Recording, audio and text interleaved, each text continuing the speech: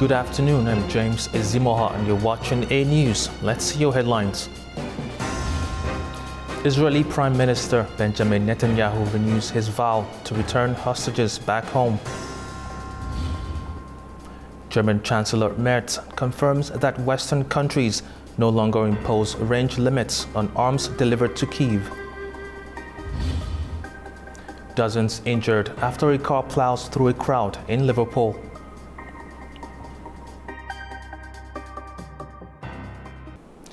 Israel's Prime Minister Benjamin Netanyahu has renewed his vow to bring home hostages held in Gaza. His remarks came on Jerusalem Day amid conflicting reports about a potential ceasefire.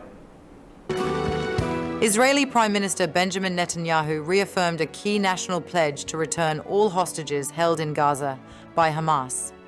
He made the announcement during a state ceremony on Monday at Ammunition Hill in Jerusalem, marking 58 years since the 1967 war.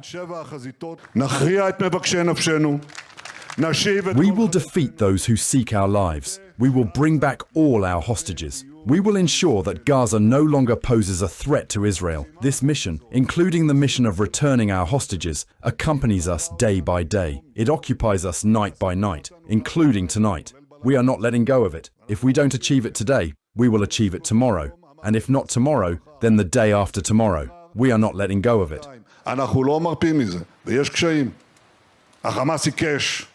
Netanyahu's remarks come after a Palestinian source said that mediators proposed a 70-day ceasefire and the release of 10 Israeli hostages alongside some Palestinian prisoners. However, US envoy Steve Witkoff later said Hamas had not agreed to the deal. Earlier, Hamas said it's willing to release all remaining hostages and agrees to a permanent ceasefire if Israel fully withdrew from Gaza. Prime Minister Netanyahu has rejected that condition, insisting that any ceasefire must be temporary and linked only to the release of hostages.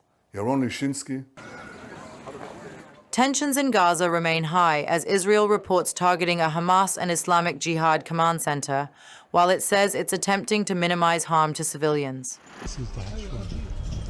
Meanwhile, aid organizations warn that the humanitarian situation is deteriorating, with critical shortages of food and medicine caused by the ongoing blockade. As humanitarian needs grow in Gaza, a new US-backed distribution model is preparing to launch. The Gaza Humanitarian Foundation aims to deliver aid through a secure system with support from Israel. While some see it as a practical alternative, others raise concern about its scope and implementation. In response to the worsening humanitarian crisis in Gaza, the Gaza Humanitarian Foundation, established in Switzerland in February, is preparing to begin operations by the end of May. Backed by the United States and coordinated with Israel, the foundation introduces a new model for delivering food, water and hygiene kits through secure aid hubs.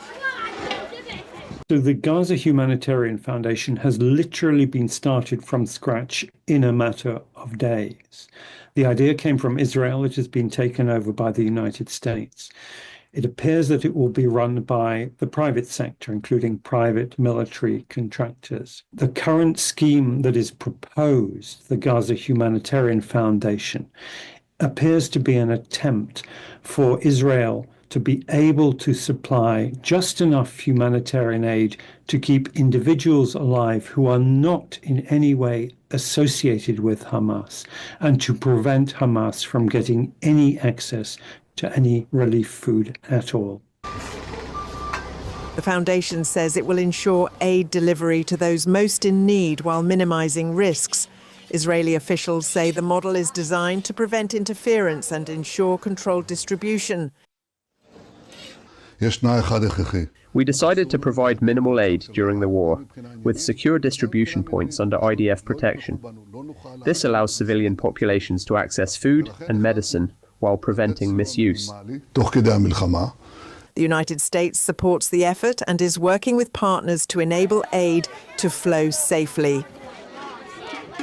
We're going to help the people of Gaza get some food. People are starving, and we're going to help them get some food.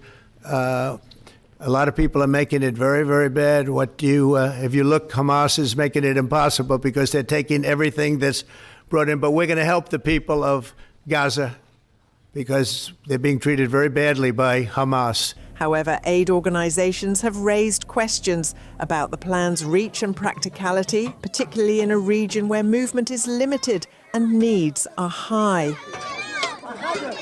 Every single child in Gaza today is at risk of famine. Families are being forced to feed their children everything from animal feed, flour ground up in sand, leaves, grass, whatever they can find just to keep their children alive. Concerns also focus on whether the new model will be accessible to the most vulnerable, such as the elderly, disabled and orphaned children, especially if distribution sites are limited in number or difficult to reach. If there is a reduction in the number of sites where people can access assistance, that would effectively reduce or exclude the most vulnerable people in Gaza from accessing aid. That's not feasible, that's not practical. The United Nations has said it won't participate in the Foundation's operations, citing concerns about the structure of the plan. But the Foundation has clarified that it will not share personal recipient data with any authority and is considering technology to ensure aid reaches the intended beneficiaries. Israel has very good intelligence about all the individuals in Gaza, and it will screen them. And it will use sophisticated face recognition technology to make sure only those individuals it has screened and targeted are able to access the food. And the rations that it is intending to provide will be just enough to provide one family for 1 week on a minimum ration. And that should, if it works, be enough to ensure that no food goes to Hamas operatives. Allegations of aid diversion remain a point of debate. While some officials cite concerns, others note that investigations have not found large-scale diversion. For now, the Foundation says it plans to gradually expand distribution with Israeli coordination and US logistical support. Meanwhile, limited aid under the previous UN-led model has resumed as discussions continue over the best way forward. US President Donald Trump says he's considering his approach to Russia amid growing frustration over the ongoing war in Ukraine and stalled peace negotiations. While more banking sanctions are not expected, other ways to pressure Russian President Vladimir Putin are being considered. But he's sending rockets into cities. US President Donald Trump says he's rethinking new sanctions on Russia as Moscow continues its attacks on Ukraine. While additional banking sanctions are reportedly off the table, other measures aimed at pressuring Russian President Vladimir Putin to make concessions are being explored. According to the Wall Street Journal, Trump might also decide not to impose new sanctions. The US president believes that additional sanctions on Russia would not curb its ability to wage war, but would hamper efforts to revive US-Russian economic ties. The White House says that President Trump remains committed to pursuing a negotiated peace deal, but is prepared to keep all options open. Trump's policy toward Russia has shifted between threats of sanctions and talks about increasing trade. He believed his personal connection with Putin could help bring about peace. However, Putin's recent refusal to agree to a 30-day ceasefire has made Trump rethink this. After a recent phone call, Trump said he doubts Putin really wants peace and called Putin's recent large attack on Ukraine absolutely crazy. Kyiv reported on Monday that Moscow had launched its biggest drone and missile attack yet, with more than 350 explosive drones and several cruise missiles overnight. Ukrainian forces say they fought back hard while civilians endured another sleepless night. Meanwhile, pressure is growing in the US Senate, where lawmakers introduced a bipartisan plan to impose new sanctions on Russia. The plan includes tariffs on countries that buy Russian oil, gas, and uranium. It aims to tighten economic pressure on Moscow. Western allies have also recently allowed more weapons to be sent to Ukraine. This means that Ukraine has the potential to strike deeper into Russian territory. The White House has not commented on this. According to reports, Trump blames Zelensky for making the conflict worse by pushing for more sanctions. Trump also worries that more sanctions could hurt the chances of restoring trade between the US and Russia after the war. During his first term, the US leader supplied weapons to Ukraine, despite Russia's ongoing support for separatist attacks. On the campaign trail, Trump claimed he would have prevented Russia's invasion altogether and promised a swift resolution to the conflict. Now, as the war continues, Trump seems unsure whether to keep trying for peace or give up if there is no progress soon. German Chancellor Friedrich Merz has confirmed that Ukraine's Western allies are no longer imposing range limits on arms delivered to Kyiv. Speaking at a digital conference in Berlin, Merz said that there are no longer restrictions on the range of weapons provided to Ukraine by Berlin, Paris, London and Washington. He added that this means that Ukraine can defend itself by striking military positions in Russia. At least one person was killed and 2 others injured after Russian shelling in Ukraine's Sumy region, according to a statement by Ukraine's State Emergency Service. Firefighters say they tackled fires in several buildings, with reports that the blazes were caused by Russian strikes.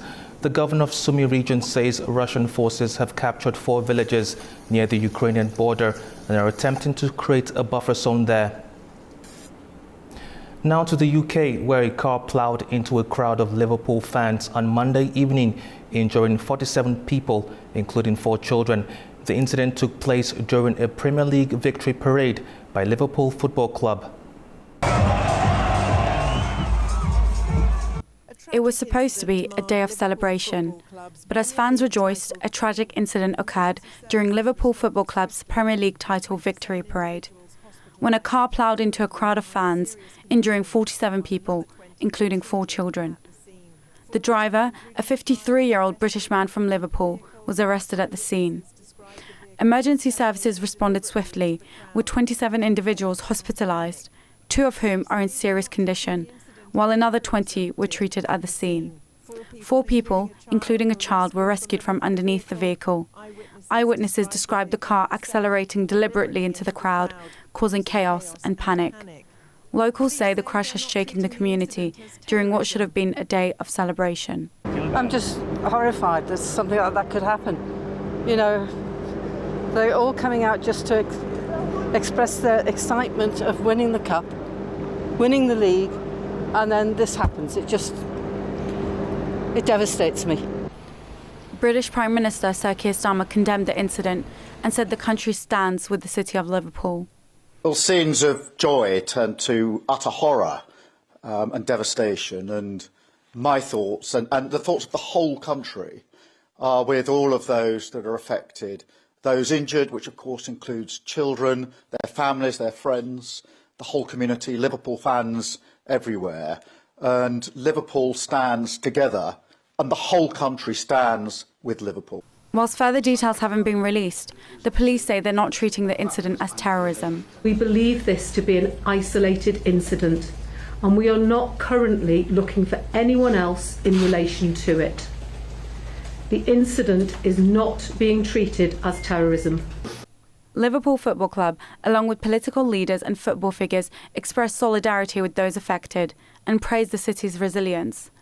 In what was meant to be a day of celebration, a city now remains in shock. Greenland's Minister for Business and Mineral Resources, Netanyahu, says that US and European mining companies must hurry to invest in Greenland. Otherwise, she says, the large Arctic territory will be forced to turn to alternative partners, including China. Greenland has valuable but hard-to-reach minerals, which became one of the most sought-after commodities. Earlier, US President Donald Trump's idea of taking over Greenland had upset many people. The business minister called Trump's words disrespectful. However, China's interest in Greenland's mining is still low. Only 2 Chinese companies have active projects in the region. Harton International Airport, once a symbol of Sudan's turmoil, is now on the path of recovery after being seized by rebel forces in April 2023. The airport remained under the control until the Sudanese armed forces reclaimed it in March of this year. Our Anastasia Lavrini has more. Hello, today AnewZ is here at Harton International Airport in the Republic of Sudan. Previously, operational airport was shut down in April 2023 when the war started between the rebels and the official government forces. So this is the exact place from where the war started in April 2023 when the airport was attacked by missiles and the rebels. Within the next couple of years, the airport was controlled by the rebels, but it wasn't used. You can see around a lot of destroyed planes. You can imagine how people were planning to travel somewhere that day, but their plans were destroyed. According to the official statement of the government of Sudan, the Harton city now is completely liberated of the rebels and already started the reconstruction work here at the airport. It seems that within the next 1 or 2 months, this international airport will become functional again to make sure the former IDPs who are coming back to this city have a proper connection to the world. Anastasia Lavrini, especially for AnewZ from Harton International Airport, Republic of Sudan.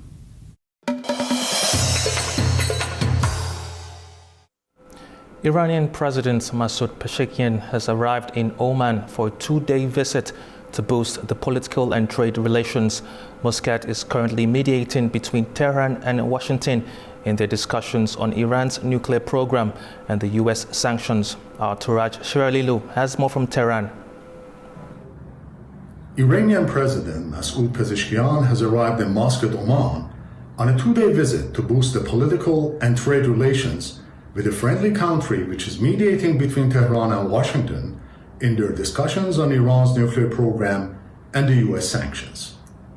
Heading a political and economic delegation, President Pezeshkian will meet Sultan Haytham bin Tariq, and 14 major bilateral cooperation agreements and MOUs are scheduled to be signed during the visit, said Iran's ambassador in Muscat, Musa Farhang. Frequent exchange of visits by heads of state of Iran and Oman are regular. The Sultan of Oman visited Tehran back in May 2023, following the visit to Muscat by former Iranian President Ebrahim Raisi in May 22. According to the Iranian envoy, bilateral trade between the two countries increased from $200 million in 2015 and hit $2.5 billion in 2025, thanks to the Iranian diaspora and their companies in Oman. Prior to President Pezeshkian's visit to Muscat, Iranian and U.S. negotiators met last Friday in Rome and held their 5th round of discussions mediated by the Omani Foreign Ministry. Unconfirmed media reports suggested that Oman has provided Iran with a proposal on a 6-month freeze of its nuclear enrichment after Tehran rejected the U.S. demand of zero enrichment as its red line. Iran says such a proposal was not on the agenda of the talks. On the verge of his departure to Oman, President Pezeshkian said in a conference in Tehran on Monday that Iran could survive without a nuclear deal with the United States. While Iran and its neighboring Persian Gulf Arab states are currently experiencing a thaw in their fluctuating ties, Tehran and Muscat have enjoyed traditionally stable political and strong trade relations. These friendly ties date back to the early 1970s when the pro-West Shah of Iran militarily helped Oman during a civil war waged by the communist rebels. Moreover, Oman has adopted an independent approach in its ties with Tehran compared to other regional Arab countries, which generally adjust with Saudi Arabia their Iran relations. Turaj Shiralilu, reporting for AnewZ TV, Tehran. The leaders of Azerbaijan, Turkey and Pakistan will come together for the official opening ceremony of Lachin International Airport, the 3rd airport built in the territories of Azerbaijan liberated from occupation. Mohammad Shahbaz Sharif, Prime Minister of Pakistan, arrived in Azerbaijan today.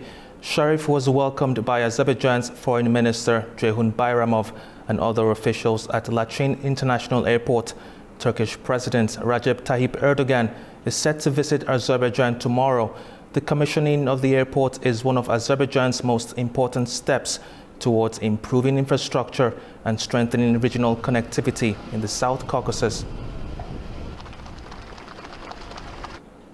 Calls for action echoed loudly on the second day of the International Conference on Islamophobia as over 130 delegates from 31 countries gathered to confront rising anti-Muslim sentiment. Held under the theme Islamophobia in Focus, the event spotlighted everything from institutional discrimination in Europe to the empowerment of youth voices. Time is up for listening and talking. It's time for action. This is the recurring message echoing throughout the second day of the Islamophobia International Conference for Islamophobia, held under the theme Islamophobia in Focus, unveiling bias, shattering stigmas. This pivotal gathering brings together over 130 delegates from 31 countries, including scholars, religious leaders, and representatives of international organizations, all united in the fight against Islamophobia. Today's sessions delve into critical issues: the institutionalization of anti-Muslim legislation in Europe, the propagation of Islamophobic sentiments amid radicalization, safeguarding Islamic cultural heritage, and empowering youth voices to challenge prejudice and misconceptions. As the conference progresses, participants are drafting a final communique outlining actionable steps and commitments to foster a more inclusive and tolerant global society. These discussions are not just academic, they are a call for action. And the Conference for Islamophobia in Baku stands as a testament to the collective will to dismantle stereotypes, promote understanding, and build a world where diversity is celebrated, not feared.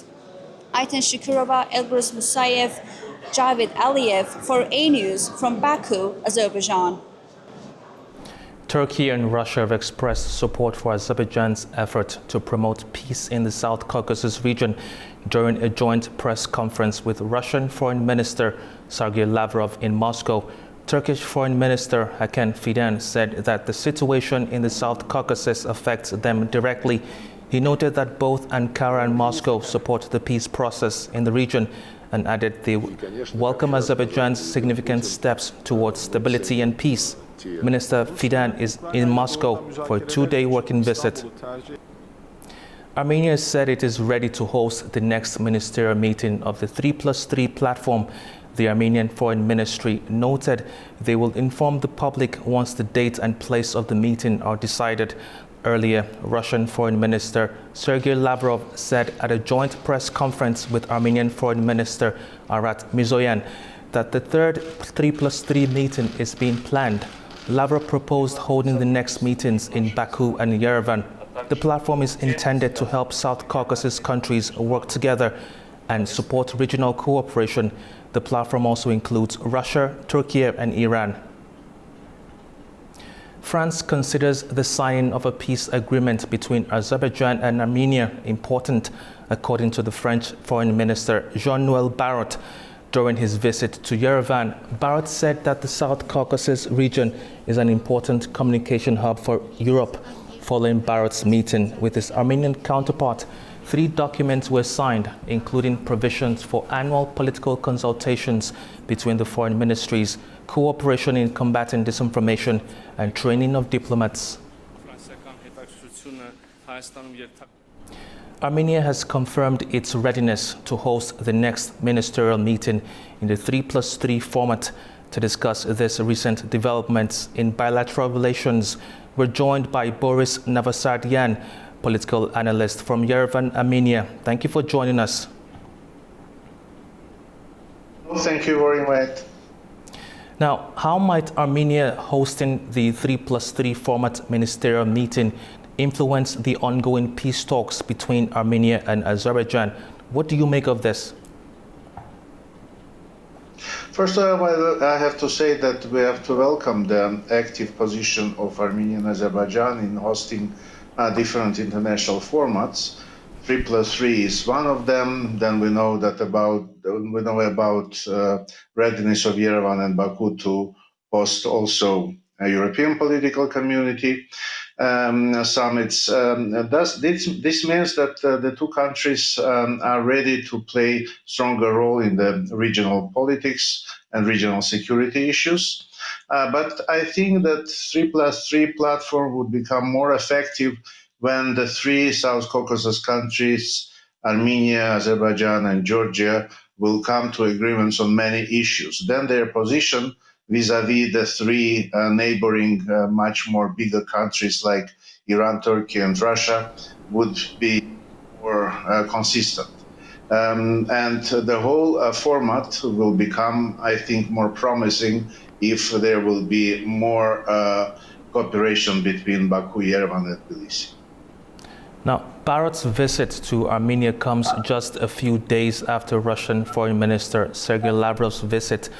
Does this suggest that France and Russia are increasingly competing for influence over Armenia? And who at the moment has more influence in Armenia? Is it Russia or France? I think that the nature of the two visits were quite different. My feeling is that the visit of Lavrov was just to reconfirm that nervousness and tension between Moscow and Yerevan are overcome, and there is more understanding between the two countries. However, this was just a repetition of what was stated during earlier visit of Armenian Minister Ararat Mirzoyan to Moscow, and nothing new came out of this meeting. So, as I said, my feeling is that Lavrov visited Yerevan rather to meet some people from the institutions and communities that are in favor of pro-Russian orientation of Armenia than to establish, let's say, some new platforms for Yerevan and Moscow cooperation. While visit of French foreign minister was exactly about deepening Armenian and French relations, and that is why there was more substance in the documents that were signed. Also, it was stated that strategic relations between Paris and Yerevan, which are already existing in practice, will probably in close future have a documented format as well. Thank you very much for your time. Thank you too. Bye-bye. To discuss the recent developments in bilateral relations, we're joined by Tabib Hussein, an independent researcher and policy analyst from Baku, Azerbaijan. Thank you for joining us.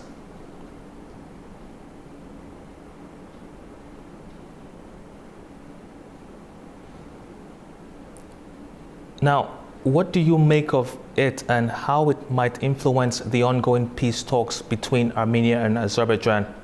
Well, we need to understand that so far the 3+3 format has not been completely working format because of Georgia's refusal to join and participate in this format. It's unlikely that Georgia anytime soon will join this format because of its reservations over Russia's presence and the exclusion of European Union and United States. And at the same time, we need to understand that so far the summits of this under this format have been taking place in Moscow, Tehran, and Istanbul. So in December 21st, 2021, there was a working meeting in Moscow that was at the level of deputy foreign ministers. And then we had two summits in October 23 in Tehran and in October 2024 in Istanbul. So it's natural that the expectation that the next summit or the next meeting should take place in one of the regional states of the South Caucasus. And in that regard, considering Georgia's refusal to join this format, Armenian or Azerbaijani capitals are natural kind of choice. However, the big problem here is that I believe the chances for such a meeting to take place in Yerevan, what Lavrov proposed and the Armenian government seemingly supported, It very much depends on the progress, on maintaining a positive momentum in the Armenian-Azerbaijani peace process. Right now, after March, we're seeing that there is a kind of pause. The sides are not seemingly moving forward since then, and I am still doubtful. I'm not quite confident that this meeting at the highest level would take place. However, if there is a positive development in the Armenian-Azerbaijani peace track, it is possible that at the level of deputy foreign ministers, such a meeting in Yerevan may take place. However, again, I want to stress that this very much depends on a progress in the Armenian-Azerbaijani peace track. Bharat's visit to Armenia comes just a few days after Russian Foreign Minister Sergei Lavrov's trip. Does this suggest that France and Russia are increasingly competing for influence over Armenia? And who at the moment has more influence in Armenia? Is it Russia or is it France? I think this visit, more than anything to me, shows that Armenia is really recalibrating its foreign policy from one that was very much dependent on Russia to one that what they call balancing and balanced foreign policy. So in a way, Armenian foreign policy is taking some of the traits, some of the characteristics that Azerbaijan's foreign policy was based upon since mid-1990s, the balanced foreign policy. In terms of who has the greatest leverage, of course, I think many would agree that Russia still maintains greatest leverage in Armenia. It has troops on the ground. It has a military base. It controls a large swath of Armenia's economy, the banking sector, the critical infrastructure. So, of course, France is really stepping up its diplomatic presence. It is positioning itself as an active player in the South Caucasus, particularly using Armenia as an entry point for itself. However, when we look at the real presence, from a real politics standpoint, of course, Russia still is the main player in Armenia, main geopolitical player in Armenia. Thank you very much for your time. Thank you. Afghanistan is pushing for stronger ties across Asia, promoting trade at a Chinese expo and joining a key security summit in Moscow. Our correspondent Tamim Bahis has more from Kabul. Afghanistan is expanding its regional diplomatic outreach, seeking stronger economic and security ties across Asia. In a notable move, the country's acting foreign minister Amir Khan Muttaqi delivered a speech at the 20th Western China International Fair in Chengdu, signaling Kabul's intent to integrate more deeply into regional trade and investment frameworks. Speaking at the opening ceremony of the fair, Minister Muttaqi highlighted Afghanistan's strategic potential, pointing to its untapped natural resources, a youthful population, and key location at the crossroads of Central and South Asia. He said these elements position Afghanistan as a future hub for transit and regional trade. Muttaqi assured international investors that Afghanistan has a secure environment for commerce and that foreign businesses can now operate in Afghanistan with confidence. He also called China a strong economic partner, underscoring its important role in Afghanistan's agriculture, technology and infrastructure development. Meanwhile, in another diplomatic first, Russian media have reported that officials from Kabul will participate in the 13th international meeting of high representatives responsible for security issues, set to take place in Moscow. The conference, taking place from May 27th to 29th, brings together representatives from various regional and international organizations to discuss pressing security issues. With both economic and security engagements on the rise, Afghanistan's leaders are signaling a broader effort to step onto the regional stage. even as the country continues to face international scrutiny over domestic governance and human rights. This is Tamim Bahiz in Kabul for AnewZ. Well, that's all we have for now. Thank you for watching. Stay tuned to AnewZ.